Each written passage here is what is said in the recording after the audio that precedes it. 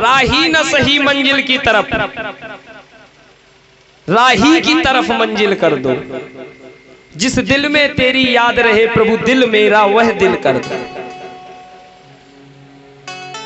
गृहस्थों के नियम हैं, संतों के नियम हैं, सबके नियम हैं, पर हमने उनका अनुसरण छोड़ दिया। हम आसुरी प्रवृत्ति की तरफ दौड़ पड़े। भेड़ चाल,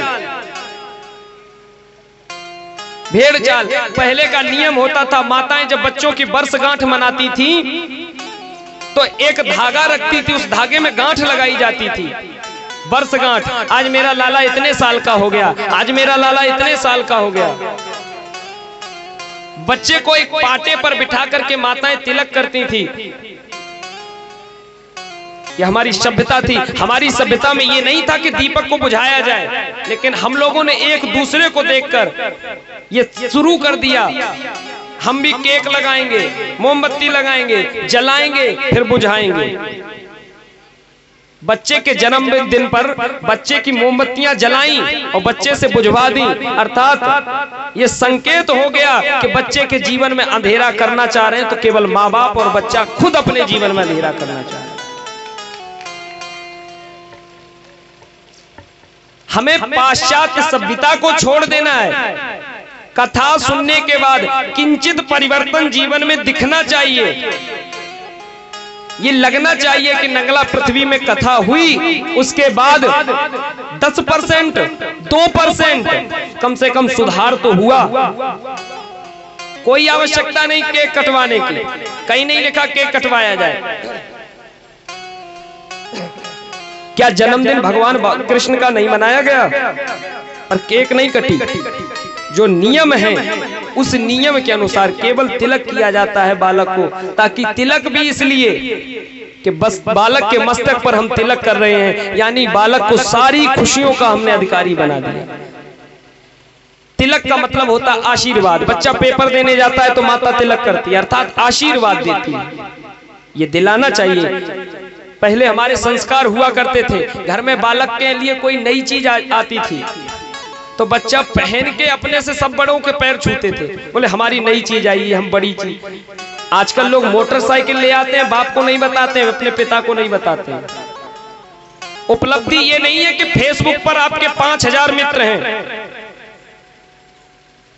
उपलब्धि ये नहीं है, पर हमारे सनातन धर्म पर यह तमाचा है कि फेसबुक पर हमारे 5000 मित्र हैं और घर में बोलचाल बंद है। घर के सदस्य 5 लोग हैं, उनसे बोलचाल बंद है। फेसबुक पे 5000 मित्र बनाए हैं, क्या फायदा? घर में आपके पास इतना समय नहीं है। पिता ने कहा बेटा 10 मिनट मेरी बात सुन लो, हमारे पास समय नहीं है, हम नहीं सुन पाएंगे। चलो ठीक है, मत सुनो, लेकिन एक समय ये याद रखना, जिस सिंहासन पर आज तुम्हारा पिता बैठा है, तुम्हारी माँ बैठी है, इस ग्राम की बहुएं भी कथा सुन रही है, ध्यान से सुनना। जिस सिंहासन पर तुम्हारा ससुर बैठा है, सास बैठी है, कल उसी सीट पर तुम्हें बैठना है, उसी सीट पर। याद रखना। मैंने देखा है ये सामने एक बालक अपनी माँ को देख रहा है कि उसकी माँ टूटे फूटे बर्तनों में अपनी सास को रोज रोटी देती थी। एक दिन अपने पति से बोली ऐसा करो वो टूटे वाले बर्तन ले आओ, माताजी वाले बर्तन ले आओ, उनमें रोटी दे दो। तो छोटा सा 6 साल का बच्चा बोला मम्मी ये बर्तन संभाल के रख देना। क्यों? बोले क्योंकि जब आप बूढ़े हो जाओगे फिर हम आपको रोटी किस में देंगे। संस्कार बच्चों पर ऐसे भी पड़ते हैं। अगर आप अपनी सास का सम्मान करना नहीं जानती हैं, आप अपने ससुर का सम्मान करना नहीं जानते हैं, तो ये बात जान लेना, ये याद मस्तिष्क में बिठा लेना। आप अपने माता पिता का सम्मान नहीं करते हैं, ये मस्तक में बिठा लेना अपने। ये सबसे बड़ा अन्याय है। लक्ष्मी आपके यहाँ 1 सेकंड रुकेगी नहीं, पर बरकत नहीं हो सकती आपके घर की। और एक बात बता दूं, कई पुरुषों की बात आदत होती है, अपनी अपनी पत्नियों को मां की गाली देते हैं। कई पुरुष, एक बात ईमानदारी से हमें बताना, जिस समय आपका विवाह हुआ, आप विवाह से पहले आपकी 1 माता 1 पिता थे, लेकिन जब विवाह हुआ तो 2 माता हो गई, एक धर्म की माता एक जन्म की माता, एक धर्म का पिता, एक जन्म का पिता, दो हो गई माता। ध्यान देना, ध्यान से सुनना। अब आपकी पत्नी की माँ भी आपकी भी माँ है, और जो लड़का अपनी माँ को गाली दे उसको अगर संस्कारी कहो या महापुरुष कहो तो ये हमारी शब्दकोश में नहीं। हम अपनी पत्नी को माँ की गाली जब देंगे तो क्या वो हमारी माँ नहीं है? क्या वो हमारी माँ नहीं है? लेकिन हम ये समझते हैं कि हम अपनी को नहीं उसकी को दे रहे। कौन अपनी को दे रहे? ठीक वैसे ही कि उसी पेड़ पर बैठे उसी डाल को काट रहे हैं और बोले हम तो उसकी काट रहे हैं पर कट अपनी रही है। ये अपराध हैं, शास्त्र विरुद्ध अपराध हैं, इनको सुधारना पड़ेगा। हमें पाश्चात्य सभ्यता को छोड़ करके अपनी संस्कृति को अपनाना पड़ेगा। आप अपना बर्थडे मनाइए, एंजॉय करिए, कोई दिक्कत नहीं। आप खूब शौक से एंजॉय करिए, बशर्ते जड़ को याद रखिए, जड़ मत भूलिए। शुरुआत कहां से हुई है? मोमबत्ती जलाइए मत, तो जलाइए तो बुझाइए मत, दीपक जलाइए।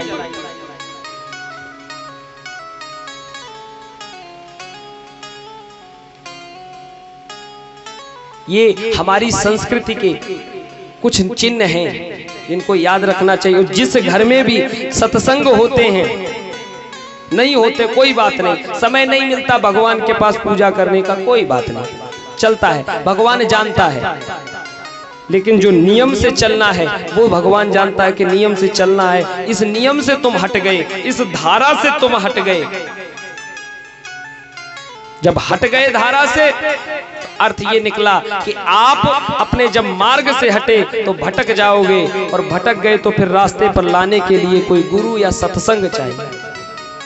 आज से ये संकल्प करके जाओ कि कभी भी अपनी पत्नी को गाली नहीं दोगे, अपनी माता पिता की हर बात को सुनो। शादी के बाद हम लोग कहते हैं हमारे माता पिता बदल गए। माता पिता नहीं बदलते, हमारा स्वभाव बदलता है, हमारा स्वभाव बदलता है। माता पिता वही है, उनका प्रेम वही है। लेकिन देखिए, ध्यान से समझना, बच्चा छोटा था, माँ ने डांट दिया, कहां जा रहे हो? माँ ने मार भी दिया बच्चे को तो बच्चे को बुरा नहीं लगा। बड़े हो गए, पत्नी आ गई और बच्चे को डांट दिया, कहां जा रहे हो? अगर मार दिया तो वही पत्नी कहती, देखो आज हमें ये अच्छा नहीं लगा, तुम्हारा अपमान तो हमारा अपमान, आज के बाद मम्मी की रोटी बंद। क्यों? उनका अधिकार है, उनका पुत्र है, उनका अधिकार है, उनका अधिकार है कि वो डांट भी सकते हैं। जब 10 बार प्रेम करेंगे तो एक बार डांट लेंगे तो कोई दिक्कत नहीं है।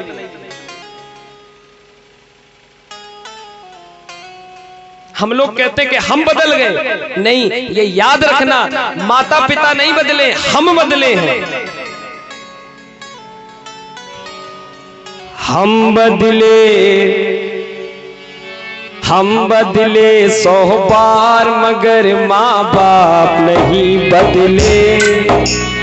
हम बदले, तुम बदले, हम बदले 100 बार मगर माँ बाप नहीं बदले।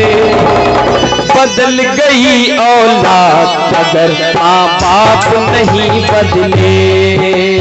बदल गई बाप नहीं बदले, नहीं बदले, हाय रे नहीं बदले।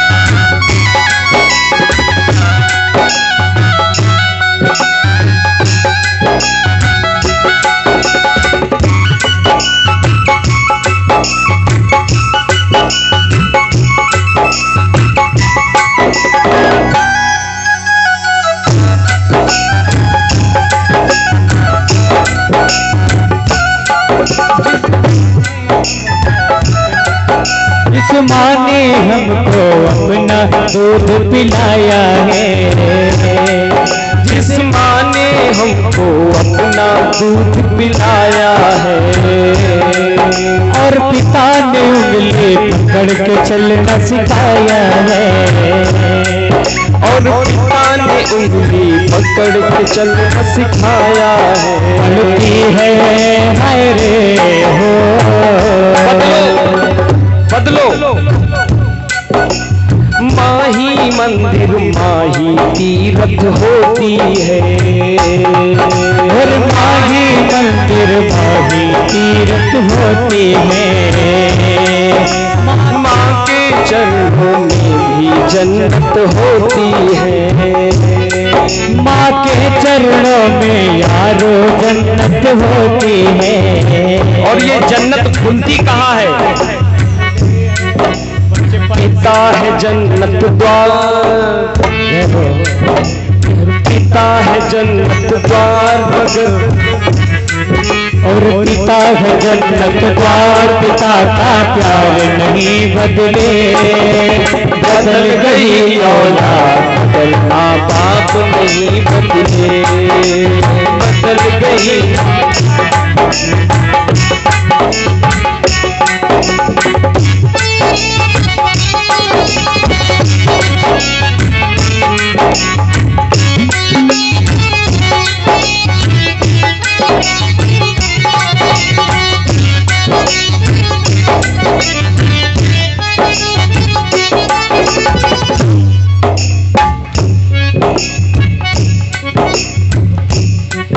माँ बाप के दिल को जो औलाद दुखाती है, माँ बाप के औलाद दुखाती है, माँ बाप के दिल को जो औलाद दुखाती है, माँ बाप के दिल को जो औलाद दुखाती है, सच कहता हूँ वो घोर नरक में जाती है, सच कहता हूँ वो घोर नरक में जाता है, सच कहता हूँ वो घोर नरक में जाती है, सच कहता हूँ तो घोर नरक में जाता है। बचपन से हो गए बड़े मगर गुनहगार नहीं बदले, बचपन से हो गए बड़े मगर गुनहगार नहीं बदले, बदल गई औलाद मगर माँ बाप नहीं बदले, बदल गई औलाद मगर माँ बाप नहीं बदले।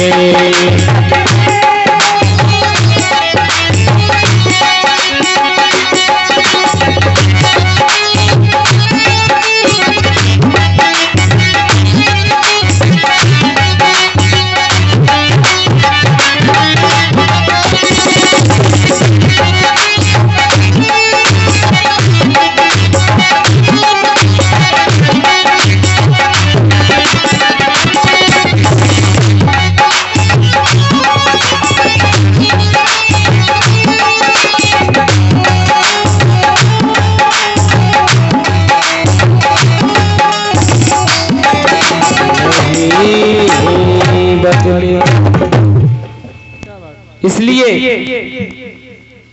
हमें माँ बाप का सम्मान करना चाहिए। और भविष्य पुराण ये कहती है, भविष्य पुराण में लक्ष्मी जी ने अपने 24 स्थान बताए हैं कहाँ निवास करते हैं। जिस स्थान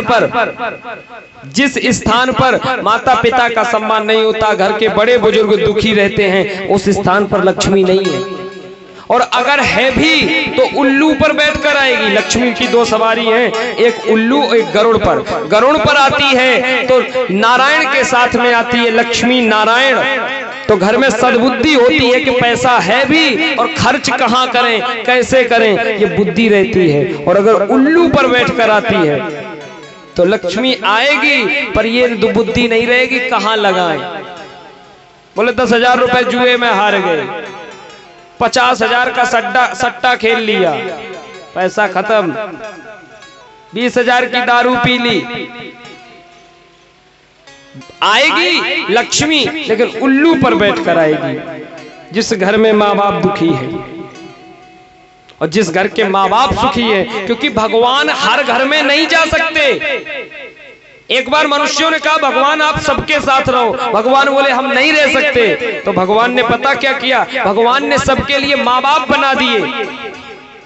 ये हर घर में मिलेंगे, आप पूजा करके देखिए, गलत नहीं लिखा किताबों में।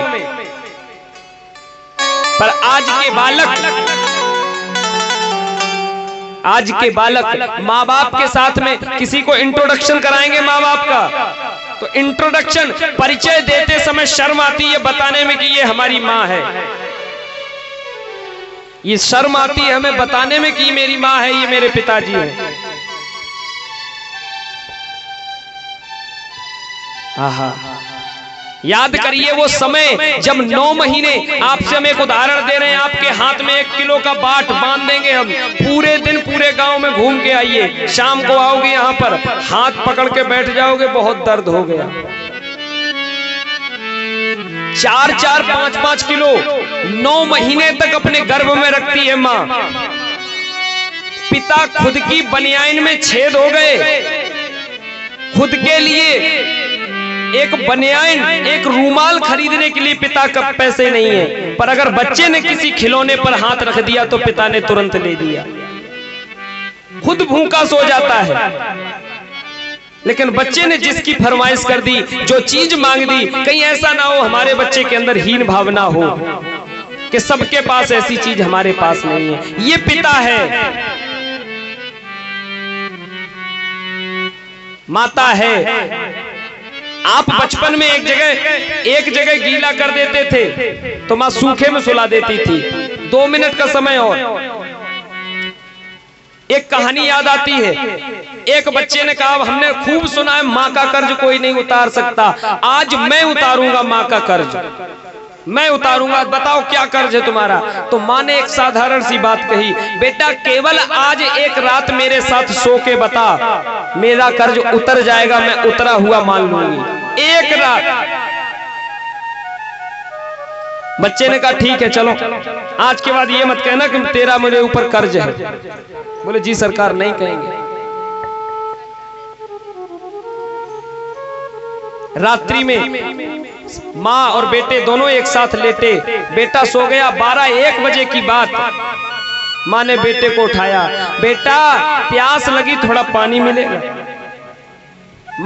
बेटा 1 बजे उठा, पानी 1 लोटे में दिया, माँ ने 2 घूंट पानी पिया और जिधर बेटा लेटा था पूरा लोटा फैला दिया।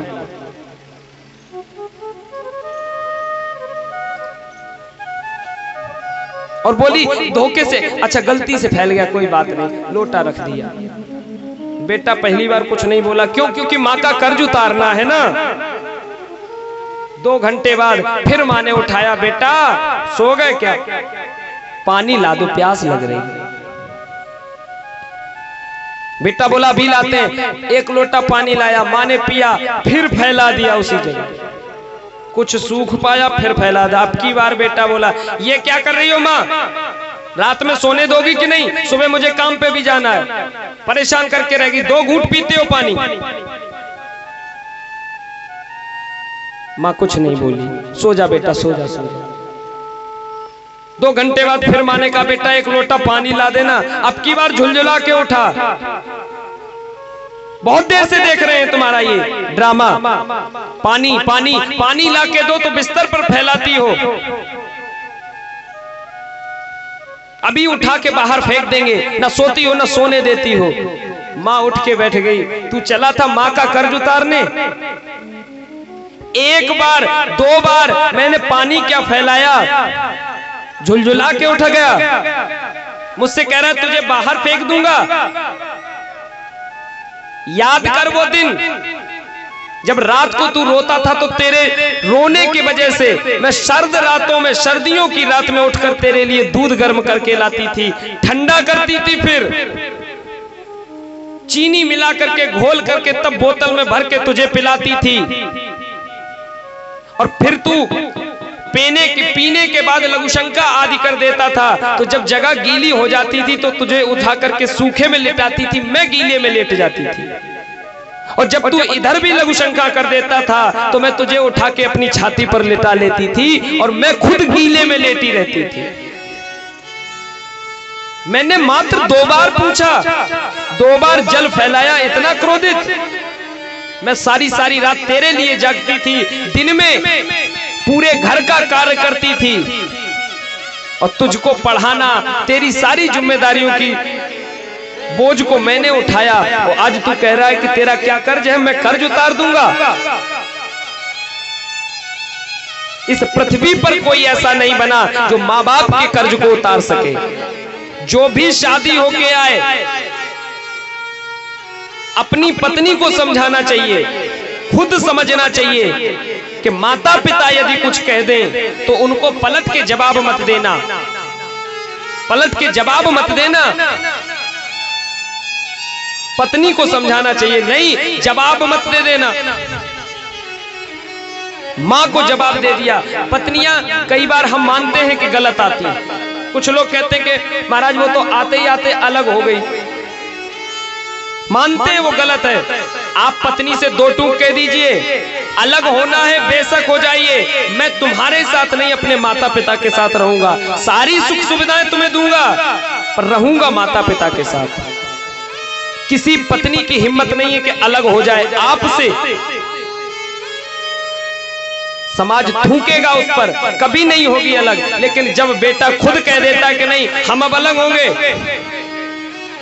जिस समय बहू माता पिता से ये कहती कि तुमने हमारे लिए किया ही क्या है, आहा क्या गुजरती होगी माँ बाप के हृदय पर, तुमने हमारे लिए किया ही क्या है। बहुएं कह देती हैं कि तुमने किया क्या है। माता बोली नहीं हमने पढ़ा लिखा के बालक को बड़ा किया। बोली ये तो सब कोई करता है। कौन कहता है सब कोई करता है? बालक चोर बन जाता, डाकू बन जाता। ये जिम्मेदारी माता पिता की थी, पढ़ा लिखा के इस योग्य बनाया कि आज तुम घर में आ गई और तुम ये पूछ रही हो कि तुमने हमारे लिए किया क्या है।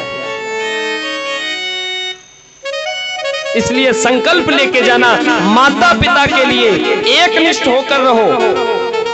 आप देखिए सुख वैभव शांति सब कुछ आपके चरणों में पड़ा होगा। बोलिए श्री बांके बिहारी सरकार की।